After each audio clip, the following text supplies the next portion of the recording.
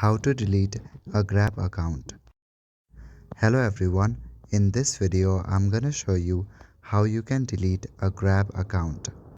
So firstly, check for any updates that may be available for the Grab app. If you see any update option available, then click on the update option to update your app. Now go back to your home page and open the Grab app.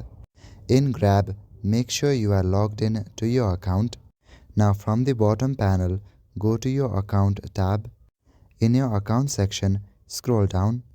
Scroll down and look for the option Help Center.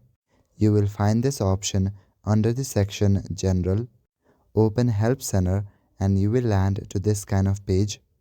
Here you will see a search bar at the top. In Grab, you cannot directly delete your account. To delete your account, you will need to request for deletion. Search for relevant topic like account and settings. After that, choose Contact Us or submit a request for account deletion. Provide your account details and reason for deletion. After approval, your account will be deleted. So that is it for this video. I will see you in the next one. Thank you.